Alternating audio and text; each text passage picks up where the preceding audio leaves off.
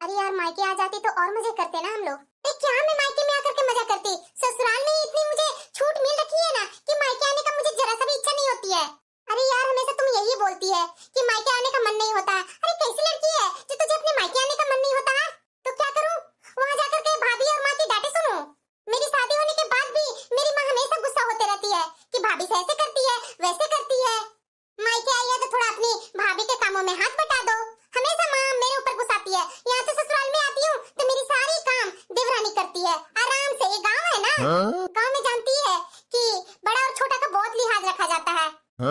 मेरी देवरानी छोटी है और मेरा सारा काम करती है। पता कल हमने तो बहुत मजे से पतंग उड़ाए थे। अरे यार तू बोल रही है कि गांव में बहुत लिया जाता है, तो तुम वहाँ की बहू होकर के पतंग कैसे उड़ा ली? तुम्हारी सास इजाजत दे दी तुझे पतंग उड़ाने की? अरे यार तू समझती नहीं है, मैं अपनी माँ जी को ना जो बोल दूं ना वो तुरंत हाजिर कर देती है। मैं जैसे बोलूं वैसे में हाँ हाँ हाँ हाँ बहू ऐसे वैसे करना चालू कर देती है। वाह यार तो बहुत नसीब वाली है जो तुम्हारी इतनी अच्छी सास मिली है। हाँ तो और क्या। बहू सोई हुई है क्या बहू? अरे यार बाद में बात करते हैं, अभी मेरी सास आ रही है। क्या? अरे यार बाद में बात करती हूँ ना। हाँ माँ जी बोलिए। अरे बहू अभी तक तुम्हारी तबीयत ठीक नहीं हुई है? माँ जी मेरी तबीयत कहाँ से ठीक होगी, एक तो यहाँ गांव की इतनी ठंडी ठंडी हवा चल रही है और दूसरी तरफ कल मैं दही ज्यादा खा ली थी। याद है ना माँ जी, कल मैं तिल गुड़ का लड्डू भी ज्यादा खा ली थी। आपको तो पता ही है कि मुझे कौन कौन सी बीमारियां हैं, इसी वजह से मेरी तबीयत खराब हो गई माँ जी। इसलिए थोड़ा लेटी हुई थी कि लेटूंगी ज्यादा टाइम तक थोड़ा आराम मिलेगा तो शायद सब बीमारी ठीक हो जाए। अरे बहू पता नहीं तुम लोग बाहर में रह के शरीर को कैसा बना ली है। बताओ इस बुढ़ापा में मैं भी कल बहुत सारी दही खाई थी तो मुझे क्या हुआ? मुझे तो कुछ नहीं हुआ। बताओ थोड़ा सा ही ज्यादा खाई थी दही और तुम्हें इतना दिक्कत हो गया। कोई बात नहीं बहू तू आराम करो, छोटी बहू है ना काम संभाल लेगी, तू टेंशन मत लो। माँ जी यही सब देख करके तो मुझे अपना मायके जाने का जरा सा भी इच्छा नहीं होती है। माँ जी मुझे मायके में बुला रही थी मेरी माँ, लेकिन आपने एक बार फोन किया तो मैं दौड़ी दौड़ी आ गई। नहीं मेरी शादी के बाद माँ से पहले मेरी सास है, इसलिए तो मैं आपका हर एक बात मानती हूँ माँ जी। अरे क्या बहू तुम मुझे इतना इज्जत देती है? कोई भी बहू अपनी माँ को माँ ही समझती है, शादी के बाद भी, और सास को सास ही समझती है। लेकिन तू मेरी बड़ी बहू है बहू जो अपनी सास को माँ समझती है। मैं तो बहुत खुशकिस्मत हूँ बहू जो मुझे तेरी जैसी बहू मिली, इतना अच्छी। मैं तो कभी नहीं सोची थी कि मेरी बहू जो मिलेगी जो जॉब करने वाली मिलेगी। बताओ तो शहर में रहती है, मेरा बेटा के साथ जॉब करती है, और क्या चाहिए मुझे? मैं तो छोटी बहू को भी वही सोचती थी, काश मेरी छोटी बहू जॉब करती। पर क्या करूं बहू, ये छोटी बहू गांव की है ना तो गांव जैसा ही उसको रहने सहने में अच्छा लगता है। हाँ वो तो बात है माँ जी, आपकी छोटी बहुरिया बिल्कुल गांव की जैसी है। माँ जी मुझे तो कभी कभी डर लगता है कि मैं यहाँ आती हूँ कुछ काम नहीं करती हूँ तो शायद काजल को बुरा न लगे मेरे बारे में सोचकर कि इतने इतने दिन मेरी जेठानी यहाँ आकर के रहती है और मेरे घर के कामों में हाथ नहीं बटाती है। अरे बहू तू भी क्या गजब बातें करती है। भला छोटी बहू ऐसा क्यों सोचेगी तुम्हारे बारे में? ना ना ना ऐसी नहीं सोचती है मेरी छोटी बहू। मेरी छोटी बहू गाँव की है लेकिन बहुत ही अच्छी है। पता नहीं माँ जी आपको कैसे अच्छी लगती है, लेकिन मुझे तो कभी कभी ऊपर नीचे डाउट होता है कि पता नहीं मेरे बारे में क्या सोच रही होगी। इसीलिए तो माँ जी मैं यहाँ ज्यादा आने के बारे में सोचती ही नहीं हूँ, पर अब त्योहार आता है तभी आ जाती हूँ आपके बेटे के साथ, वरना मुझे तो हमेशा मन करता है माँ जी कि 1 महीना पर 2 महीना पर आपके पास आऊँ, आपके साथ बात करूँ, आपकी सेवा करूँ। लेकिन क्या करूँ माँ जी, मेरी भी जॉब है ना तो थोड़ा देखना पड़ता है माँ जी, पैसे के लिए तो जॉब करनी ही पड़ेगी माँ जी। देखो तो मेरी बड़ी बहू के कितने अच्छे संस्कार हैं। सच्ची में माँ जी मैं सच्ची अपनी दिल से बोल रही हूँ कि आपकी सेवा करने की मुझे बहुत इच्छा होती है, पर क्या करूँ माँ जी जॉब के कारण ना कोई काम कर ही नहीं पाती हूँ। अरे बहू तू इतना बोल दी ना यही मेरे लिए काफी है। तू जॉब कर रही है ना वही देख करके तो मुझे बहुत खुशी होती है। बहू बहू तू थकी होगी, तुम कल से ही शाम को बोल रही थी कि तबीयत खराब लग रही है। माँ जी तुम आराम करो बहू, तुम्हें मैं बस देखने आई थी। तू क्या कर रही है? तुम अपने रूम में रेस्ट कर रही है कि कोई काम में लगी हुई है? वही मैं देखने आई थी, तू आराम करो बहू। जी थैंक यू माँ जी। मेरी बड़ी बहू कितनी अच्छी है। ये मेरी जेठानी आज भी उठ करके किचन में नहीं आई। ये मेरी जेठानी को शाम होते ही कैसे तबीयत खराब हो गई, दिन भर तो दौड़ भाग में लगी हुई थी। पता नहीं मुझे समझ में नहीं आता है कि मेरी जेठानी क्या करती है नहीं करती है, समझ में नहीं आता है। पिछले बार ही याद है माँ जी की इतनी तबीयत खराब हुई थी, लेकिन जेठानी के पास मैं फोन करते रही, ये जेठानी तो सीधे फोन ही काट दे रही थी। बाद में बात करने के बाद बोलती है कि अरे काजल, मैं काम में बिजी थी इसलिए फोन उठाई नहीं। अरे छोटी बहू। हाँ माँ जी बोलिए। आज तू ना मेरी बड़ी बहू के लिए ना स्पेशल खाना बना देना। अब क्या स्पेशल खाना बनाऊं माँ जी? दीदी तो यहाँ एक सप्ताह से आई हुई है, कभी बीमार पड़ जाती है, कभी खुश दिखती है। मुझे तो समझ में नहीं आता है कि इन्हें इन्हें पल भर में क्या हो जाता है।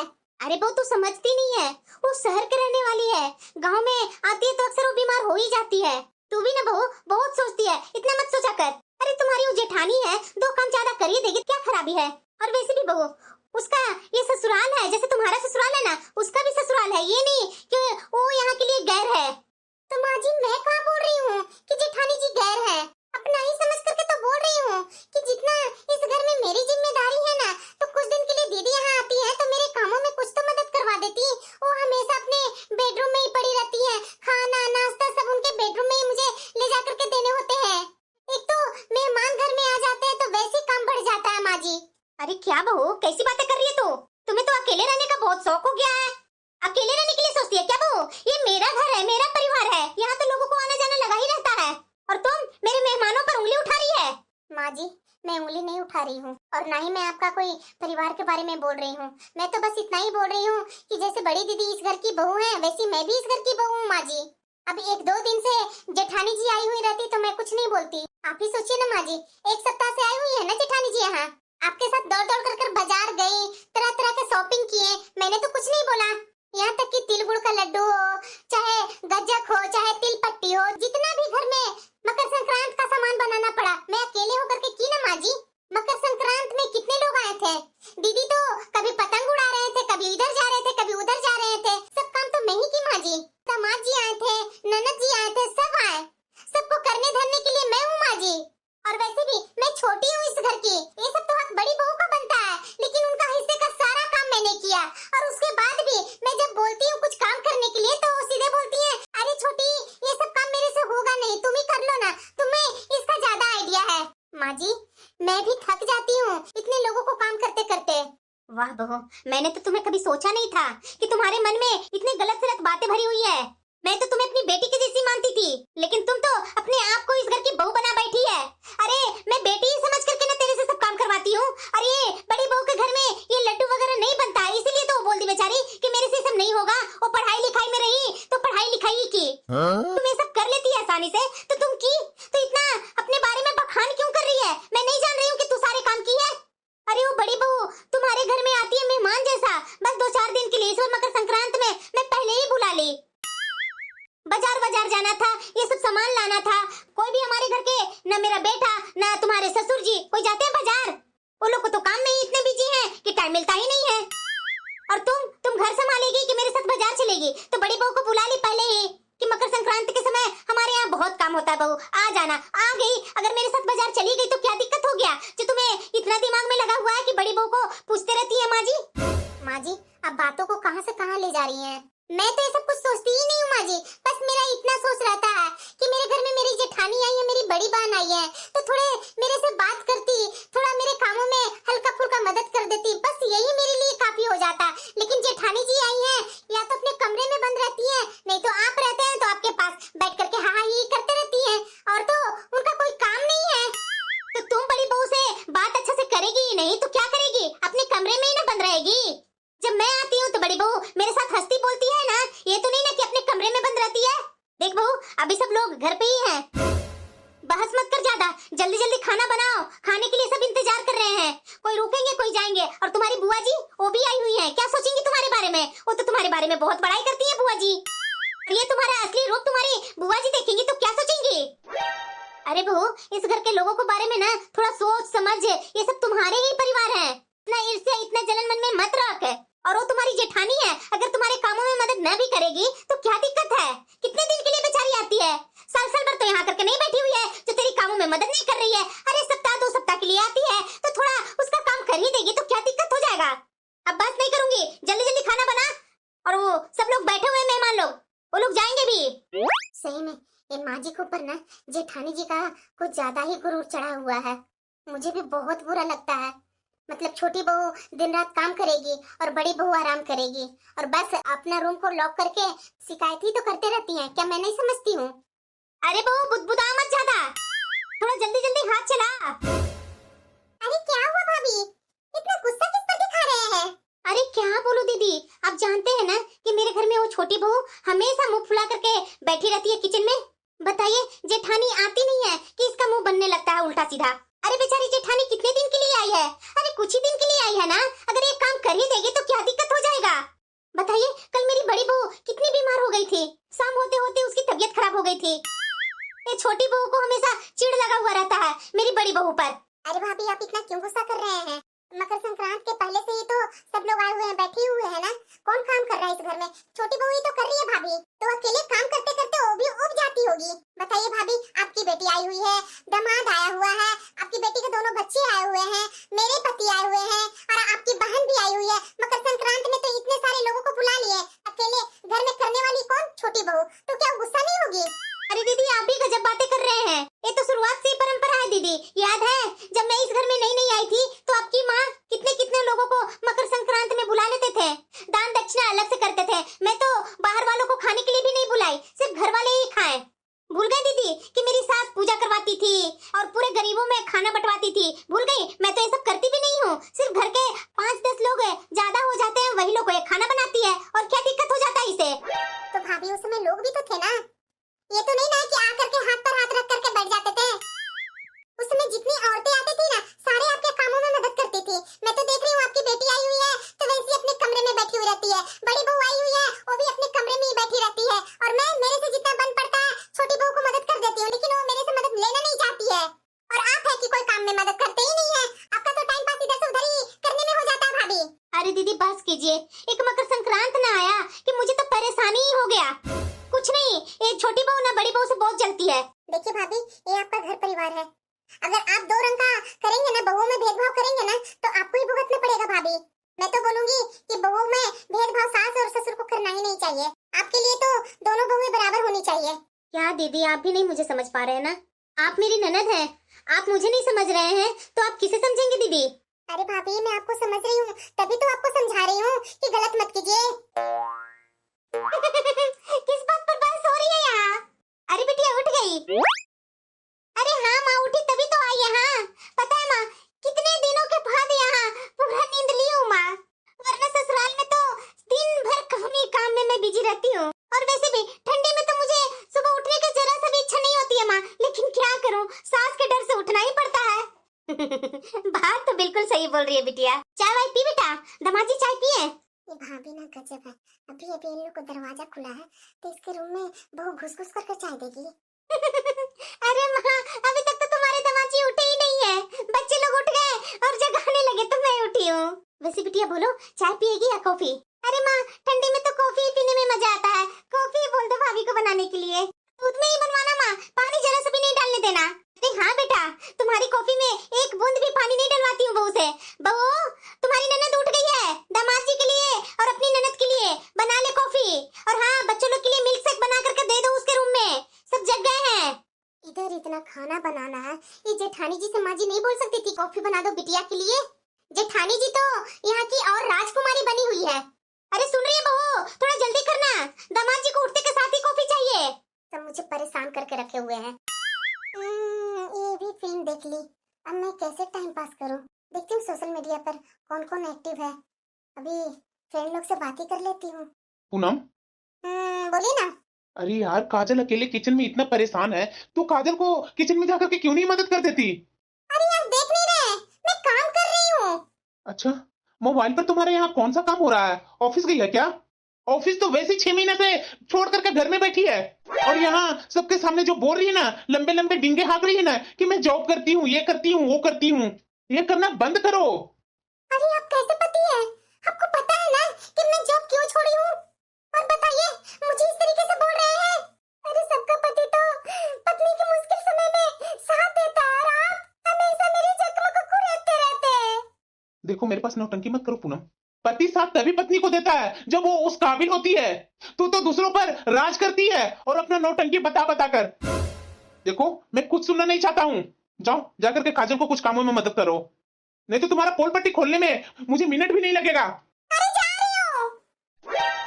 एक तो वहां रह करके मेरा दिमाग खराब करती है और यहाँ आकर के ये काजल को परेशान कर रखी है। ये लगता है इस घर की बहू नहीं है। बैठकर आराम से मोबाइल पर फिल्म देखा जा रहा, जैसे लगता है कि इसका जो आदत है जो मैं जानता ही नहीं हूँ, आराम करने का लत लग गया है इसका। ये जेठानी जी अचानक कैसे आ गए किचन में? अरे काजल, बोतल में पानी नहीं रखती है क्या? दीदी यहाँ डायरेक्ट ग्लास से लेकर सब पानी पीते हैं। अरे कब तक ये घर को गांव बना कर रखेगी छोटी? बताओ जरा, ये घर में इतने अच्छा किचन बना रखे हैं माँ जी, इतने अच्छे रूम में बेड लगा करके रखे हुए हैं, अलमीरा सबके रूम में है। ऐसे ऐसे जाकर के शहरों में देखो ना, ऐसे ऐसे घर मिलते नहीं है। और तुम्हें जितना अच्छा मिला है ना, उसका कदर ही नहीं करना जानती है। दीदी आप तो देख रहे हैं ना कि दिन रात मैं किचन में ही लगी रहती हूँ, काम से मुझे छुट्टी नहीं मिलती है। और मैं बता रही हूँ ना आपको कि यहाँ के लोग सब ग्लास में ही पानी लेकर के पीते हैं, कोई बोतल से पानी नहीं पीते हैं। अरे तो वैसा घर में आदत बनाएगी तो सब बोतल से ही ना पानी पिएंगे। अब तो शुरू से आदत लगा रखी है ग्लास से पानी पिलाने के लिए, तो सब ग्लास से ही पानी पी रहे हैं। अरे अब जमाना कहाँ से कहाँ नहीं बदल रहा। अरे खुद को बदलो ना काजल। ये बड़ी भाभी इतना एडवांस हो गई है, मैं तो कभी सोची भी नहीं थी। बताओ जरा, ये हाई फाई रहने के लिए ये छोटी भाभी को बोल रही है। देखो छोटी, मैं गलत नहीं बोल रही हूँ, सही बोल रही हूँ। इतना अच्छा तुम्हारा किचन है, हमारे घर जाकर के देखो ना, मैं किराए में ही रहती हूँ बाहर में, ये नहीं कि हमारा अपना घर है। और वैसा घर को हम लोग 15,000 रेंट देते हैं, और उसके बावजूद भी न ऐसा किचन है न ऐसा बेडरूम है जितना अच्छा पापा जी और माँ जी तुमको करके दिए हैं। तो तू किस्मत वाली है जी, इतना सब कुछ है तुम्हें बिना बोले सब मिल गया। मैं तो ऐसे किचन के लिए तरसती हूँ। देखो जरा, चिमनी तुम्हारे किचन में लगा हुआ है, मेरे घर में जाकर के देखो एक एग्जॉस्ट फैन तो है ही नहीं है किचन में, चिमनी का तो दूर का ही बात है। दीदी वो मुझे भी पता है कि यहाँ क्या है क्या नहीं है।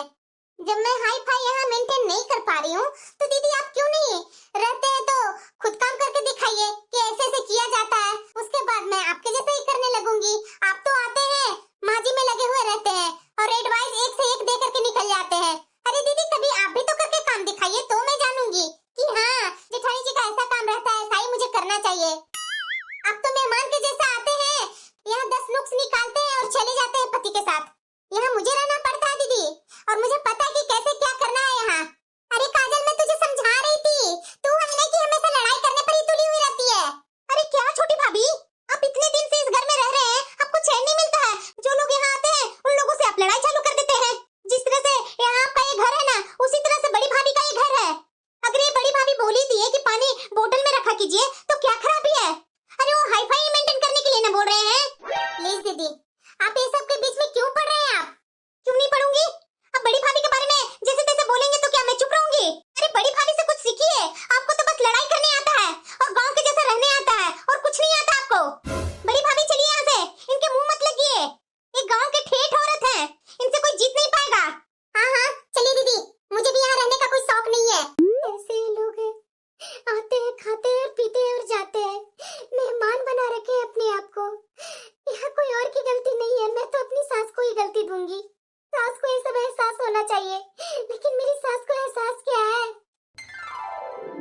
इस महीने का खर्चा काफी उथल पुथल हो गया है, मैं कैसे क्या संभालूं समझ में नहीं आ रहा है।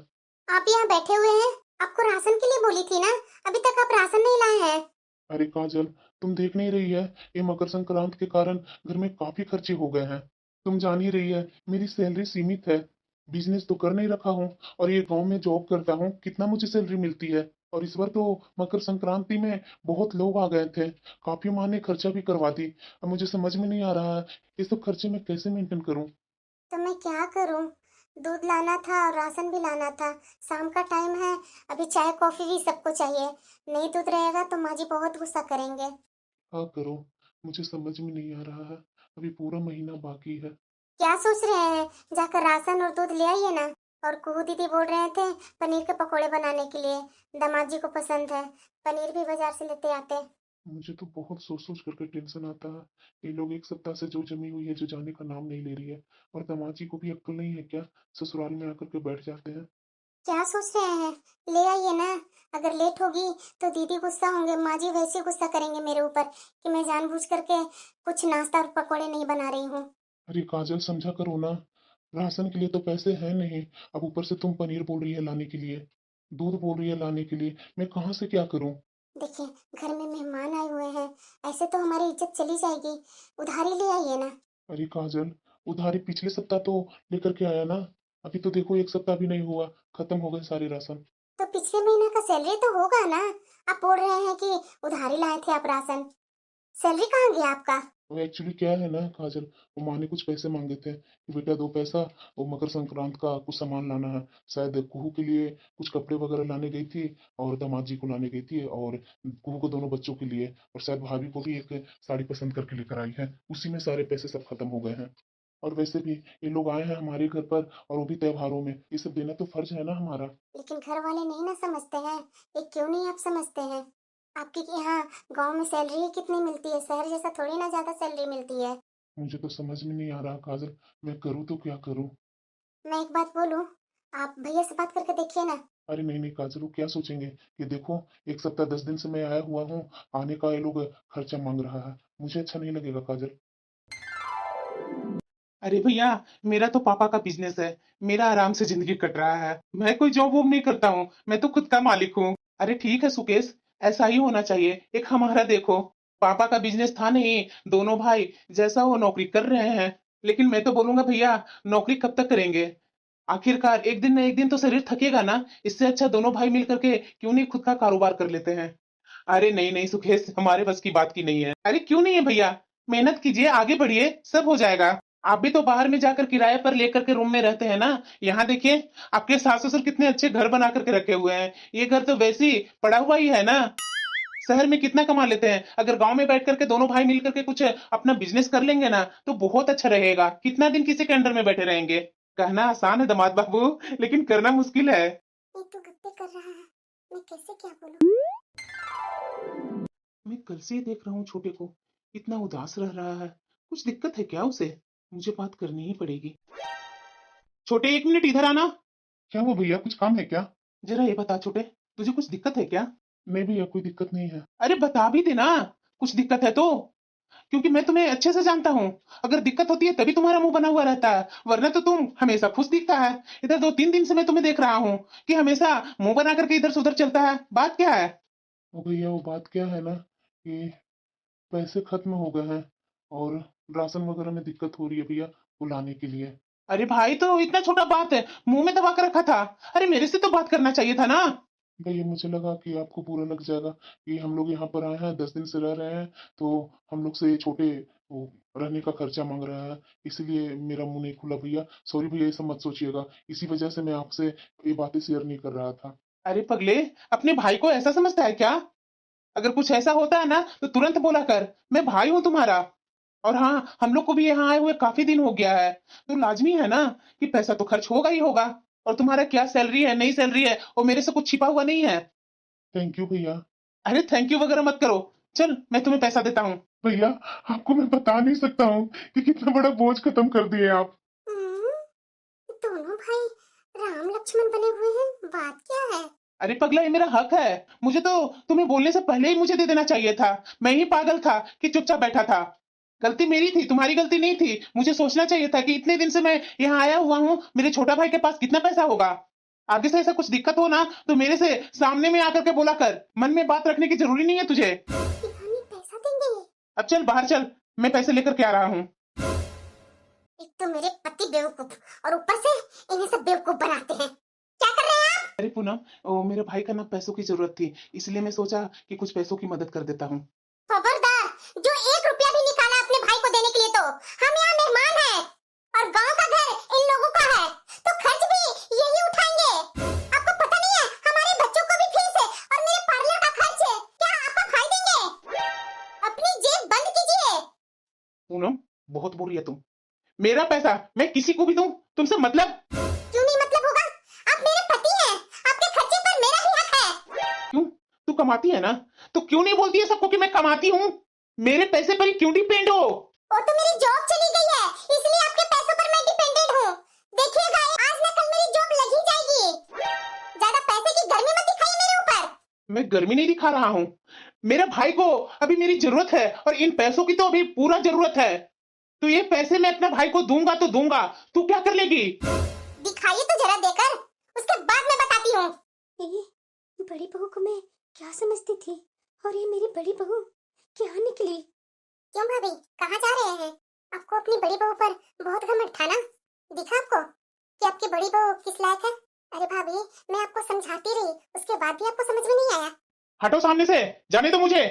बिल्कुल भी नहीं। ये आपके भाई ना नौटंकी कर कर कर ना आपको इमोशनल ब्लैकमेल कर रहे हैं और आप तो नंबर 1 के इमोशनल है ही है, जो अपने भाई को ये पैसे देने जा रहे हैं। हम लोग इन लोग से दूर शहर में रहते हैं, हम लोग को कौन खर्च चलाएगा अगर हम लोग को कम ज्यादा हुआ तो? सब मैं देख लूंगा, तुम्हें तो चलाने के लिए नहीं बोल रहा हूँ ना, तुम तो जॉब नहीं ना करती है। मेरा भाई का इज्जत का सवाल है, सामने से हटो। नहीं हटूंगी, सारे पैसे मेरे हाथ में दीजिए। भाभी, आप भी कुछ नहीं बोलेंगे, देखते ही रहेंगे। बड़ी बहू, ये बुढ़िया कहाँ से आ गई? क्या कर रही है तू आज? ओह कुछ नहीं माँ जी, वो तो मैं इन्हें बोल रही हूँ कि हम लोग मेहमान है ना। ओ ये अच्छा बहू, मेहमान मेहमान तो 2 दिन के होते हैं और तुम यहाँ कितने दिन के लिए आती है? और तू बेटा अपनी पत्नी के डर से छोटे भाई को कर्ज में डुबा रहा है। बुआ जी, मैं ऐसा कुछ नहीं कर रहा हूँ, ये सब मेरी पत्नी का गलती है। इसकी गलती की वजह से मैं हर जगह से डांटे सुनता हूँ। अरे बेटा, इसमें किसी की गलती नहीं है, सारी गलती मेरी है। मैंने इसे कुछ ज्यादा ही सर पर चढ़ा रखी थी। मैं इस पर शांत करती थी। मेरी बड़ी बहू बाहर में रहती है, जॉब करती है, पति को संभालती है। ये तो महारानी वहाँ मेरा बेटा का पैसा ही खाने के लिए बैठी हुई है। तुम्हें शर्म नहीं आई बहू? तुम्हें अपनी छोटी बहू से कहीं ज्यादा मान सम्मान दिया। जब भी तू यहाँ आई तुम्हें अपने हाथों पे रखा और तू मेरे बेटों के बीच में फूट डाल रही है कि ये पैसे अपने भाई को मत दीजिए। अगर खराब स्थिति आएगा तो छोटे इसे नहीं मदद करेगा और ये छोटे को मदद नहीं करेगा तो भाई किस काम का? और तुम बीच में कौन होती हो, रोकने वाली? अम्मा जी, ऐसा कुछ नहीं है माँ जी, मैं तो यूं ही हम लोग शहर जाएंगे, पैसे कम हो जाएंगे, इसलिए मैं इन्हें बोल रही हूँ। अब तो जाना है ना माँ जी, मेरी जॉब भी नहीं है तो हम लोग भी तो इन पर ही डिपेंड हो गए हैं ना माँ जी। अरे चुप कर, जॉब नहीं है जॉब है, यही आकर के तो मुझे बरगला रही है। जब तुम्हारे पास जॉब नहीं थी बोल सकती थी ना कि माँ जी मेरी जॉब चली गई। तू तो जॉब के बहाने बैठ बैठ करके घंटों घंटों यहाँ आराम करते रही और मैं छोटी बहू को दबाव डालते रही कि सारा काम तुझे करना है। इसी वजह से बहू घर टूटता है। अरे माँ देख माँ, ये छोटी भाभी तो कुछ ज्यादा ही सर पर चढ़ गई है। बताओ, कल ही मैं इन्हें बोली थी कि पनीर के पकौड़े बना दीजिएगा, दामाद जी को बहुत पसंद आता है, लेकिन देखो कल तो टाल दी कि दीदी अभी मार्केट में पनीर नहीं मिला। तो मैंने सोचा कि कल सुबह में बोल दूंगी इन्हें बनाने के लिए, लेकिन आज सुबह भी मुंह बना करके बैठी हुई है। ये छोटी भाभी ना कुछ ज्यादा ही सर पर चढ़ गई है माँ। कुहू बिल्कुल चुप, वो तुम्हारी छोटी भाभी है। अगर वो नहीं बना कर दी तो उसके पीछे कुछ वजह होगी ना, वो वजह तूने पूछी? माँ तुम्हें हो क्या गया है, इस तरह से क्यों बोल रही है मुझे? क्यों नहीं बोलूं बेटा, बताओ ना, 10 दिन हो गए आराम से यहाँ बैठी हुई है तुम और आए दिन भाभी कभी पनीर के पकौड़े बना दीजिए, भाभी आपके दामाद तो ये मंचूरियन खाते हैं, कभी बोलती है मलाई कोफ्ता बना दीजिए भाभी। और बेचारी तुम्हारी छोटी भाभी सारा काम करती है, सिर्फ एक पनीर का पकौड़ा कल दामाद जी को नहीं मिला तो तुम्हें इतना गुस्सा लग रहा है? अरे उसके बारे में कभी सोची है कि क्यों नहीं बना रही है, क्या दिक्कत है उसे? अरे अपने छोटे भाई के बारे में तो तू कभी सोच लो ना। एक तो घर में आती है, कोई काम में किसी की मदद नहीं करती है, सिर्फ नुक्स निकालती है, और वो भी तो मेरी ही गलती है बेटा। मैंने तुम दोनों को सर पर बिठा रखा है, ये दोनों घर के मेहमान है, छोटी बहू सब काम करके रखेगी। उसी के कारण ये बड़ी बहू कुछ ज्यादा ही मेरे सर पर चढ़ गई और तू भी कम नहीं है। अरे मायके आई है, कहीं किसी और के घर में नहीं आई है। अरे अपने मायके की परिस्थिति समझना चाहिए। अरे तुम्हारा छोटा भाई कमा ही कितना रहा है? मकर संक्रांत में तुम दोनों ने फरमाइश की कि मुझे ऐसी साड़ी चाहिए, वैसी साड़ी चाहिए। मैंने अपना छोटा बेटा से पैसे ले करके दोनों को मनपसंद साड़ियां ली, दामाद जी का कपड़ा ली, दोनों नाती नातिन का ली, लेकिन मैं ही नहीं समझ पाई कि मेरे घर में क्या है क्या नहीं है। मैं तो तुम दोनों को आने की खुशी में पागल ही हो जाती हूँ। इतने दिनों बाद मेरी बेटी आई है, इतने दिनों बाद मेरी बहू आई है, लेकिन मैं अपना छोटा बेटा का जेब नहीं देखती हूँ। माँ, चाहे तुम्हारे यहाँ जो भी हो, घर आए हुए दामाद बेटी के साथ ऐसा करोगी माँ? खिला पिला करके तुम मुझे सुना रही है माँ? अरे बेटा यही तो गलत सोच है, खिला पिला करके तुम्हें सुना नहीं रही हूँ, बस तुम्हें मैं इतना ही समझा रही हूँ कि मायके आती है ना बेटा, तो मायके में थोड़ा अपना भाई का और अपनी भाभी का जेब देख लिया करो कि कितना बड़ा है मेरा भाई का जेब। तुम्हारे यहाँ जैसे यहाँ नहीं है कि मेरे बेटों की बिजनेस है, दोनों बेटा मेरा कमाता है और उसके बावजूद भी तू जो बोलती हो करके देता है तुझे, उसमें भी तुझे दिक्कत होती है। अरे मैं तो पागल थी, अरे तुम्हें तो अपनी छोटी भाभी के बारे में समझना चाहिए था ना। और बड़े बहू तू जो मेरी आंखों में धूल झोंकी है ना, उसका यही सजा किया है कि इस बार मेरा बेटा जाएगा काम पर और तू यही रहेगी, 6 महीना यही रहकर मेरी सेवा करेगी। बहुत तू बोलती है ना कि आपकी सेवा करने का बहुत मेरा मन होता है, तो अब तुझे मैं टाइम देती हूँ, सेवा कर मेरी। माँ जी कैसी बातें कर रहे हैं, मैं आ रहूंगी तो बच्चे लोग की पढ़ाई। बच्चे इतने बड़े हो गए हैं कि पापा के साथ रह करके पढ़ाई कर लेंगे। तुम वहाँ जा करके और मेरा बेटा को खर्चा बढ़ाएगी पार्लर में और बड़े बड़े शॉपिंग मॉल में जा करके मेरा बेटा का जेब ही ढीला करेगी तुम। उससे अच्छा है कि यहीं रहो तुम। तुझे मैं हमेशा अच्छे सोच वाली समझती थी कि मेरी बड़ी बहू बहुत अच्छी है, लेकिन तुम्हारी सोच इतनी घटिया है। माँ जी आप गलत समझ रहे हैं। बस बहू बहुत देख ली तेरी नौटंकी। जब से यहाँ आई है तब से माँ जी मेरे से ये नहीं होता है, मेरे से वो नहीं होता है, मेरा काम है माँ जी, मुझे काम करने दीजिए माँ जी, मुझे बीमारी हो गई है माँ जी। शहर में तू रहती है तो क्या इंसानियत भूल गई है? और तू मेरा बड़ा बेटा है ना, अपनी पत्नी को तो सुधार नहीं सकता है। तुमसे जैसे जैसे करवाती है वैसे वैसे तू करते जाता है। नहीं माँ, इसका मैं सुनता नहीं हूँ। अगर ये मुझे ना जैसे तैसे बातों में बरगला लेती है ना तो मैं समझ नहीं पाता हूँ, लेकिन जो मुझे सामने में असलियत दिखती है ना तो मैं जरूर इसे बोलता हूँ और डांटता भी हूँ। और अभी वही कर रहा था जो आप लोग आ गए। अरे बहू तू इतनी पत्थर दिल कैसे हो सकती है, और तू बड़े भाई को छोटे भाई को मदद करने से रोक रही है। माँ जी आप समझ नहीं रहे कि हम लोग भी तो शहर में रहते हैं ना, तो इनकी भी तो महीना में बांध करके ही सैलरी मिलती है ना, एक्स्ट्रा कमाई तो इनकी है नहीं, इसलिए मैं मना कर रही थी। अब आप बोल रहे हैं इन्हें देने के लिए पैसा, तो मैं कहाँ मना कर रही हूँ माँ जी। अरे चुप कर बहू, पहले जैसी नहीं हूँ कि तेरी बातों में आ जाऊंगी। तू मेरा बेटा को डरा धमका रही थी, याद रख ये मेरा घर है। अरे भाभी आप इतनी छोटी निकली, आपने तो भैया को अपने चुंगल में पूरा कर लिया है। आज तुझे समझ में आया कि तुम्हारी भाभी किसे किसे चुंगल में कर रखी है। तुम्हें तो बहुत शौक है ना चापलूसी करने का, छोटी बहू का मजाक उड़ाने का। अरे तू इस घर की बेटी है, मैं तुम्हें मना करती थी लेकिन तुम तो मुझे समझा सकती थी ना कि अरे माँ यहाँ 10 दिन से माँ आकर के बैठी हुई हूँ, छोटी भाभी की कुछ मदद करती हूँ, लेकिन नहीं तू भी इसके चकाचौंध में भूल गई। अरे माँ मैं तो इस घर की मेहमान हूँ ना, अब भाभी के साथ मुझे क्यों सुना रही हो? मेहमान की तरह रहना है ना, तमीज सीखनी चाहिए तुझे। पर तूने तो घर तोड़ने में बड़ी बहू का साथ दिया। तुम्हारी यही सजा है, जब तक यहाँ रहेगी ना तब तक अपने पति का काम और खुद का काम और बच्चों का काम खुद करेगी। तेरा यहाँ कोई नौकर नहीं लगा हुआ है, तुम्हारी भाभी अकेली है, अकेली कर रही है तो तुम अपना काम खुद करोगी। अगर ज्यादा तुम्हारा पति फरमाइश करते हैं ना तो उनका खाना तुम खुद बनाओगी। मैं तो यहाँ कोई काम नहीं करने वाली हूँ माँ, और वैसे भी मेरा यहाँ आए हुए 10 दिन हो गया ना, मैं तुम्हें बहुत खटक रही हूँ ना माँ, तो मैं आज ही अपने पति के साथ चल जाती हूँ ससुराल। कोई बात नहीं। हाँ मैं जा रहा हूँ, ये पैसे छोटे को दे देता हूँ, उसे इन पैसों की बहुत जरूरत है। हाँ बेटा बिल्कुल तुम सही बोल रहा है, मैंने ही गलती की थी, मुझे अपने छोटे बेटा का पैकेट देखना चाहिए था। माँ जाने दो ना, हो गया जो हो गया। माँ जी मुझे माफ कर दीजिए ना, हो गई ना गलती। अब मैं कहाँ आपका बेटा को पैसे देने से मना कर रही हूँ, वो गए ना अपने भाई को पैसे देने, तो मुझे आप शहर जाने से क्यों रोक रहे हैं? माँ जी ऐसा मत कीजिए। बहू तू बड़े शहर से आई है ना, पढ़ी लिखी है, पर तेरी ये शिक्षा किस काम की जो तुझे अपनों का दर्द नहीं दिखा? अरे बहू तू इस घर की बड़ी बहू हो, और बड़ी बहू का फर्ज होता है कि टूटते हुए परिवार को जोड़ ले, ना कि अपने स्वार्थ के लिए भाइयों को अलग कर दे। तू यहाँ मेहमान बनकर आई थी पर तूने बोझ बनना पसंद किया। अब या तो अपनी सोच बदल लो या फिर इस घर के लिए तेरे लिए दरवाजे हमेशा के लिए बंद हो जाएगा। सॉरी माँ जी मुझे माफ कर दीजिए, मुझे ऐसा नहीं करना चाहिए था माँ जी। अब मैं समझ गई, मैं घर को बांध कर चलूंगी माँ जी, लेकिन मेरे से आप नाराज मत होइए माँ जी, आप मुझे अपनी बेटी मानती थी। आप प्लीज माँ जी मुझे इस तरह से दुख मत दीजिए, मैंने जो गलतियाँ की उसके लिए मैं माफी मांग रही हूँ, आगे से वैसा गलती बिल्कुल भी नहीं करूंगी। जब तक यहाँ रहूंगी तब तक काजल की हर काम में मदद करूंगी, अपने पति को नहीं रोकूंगी पैसे देने से। हाँ ठीक है उठ जाओ।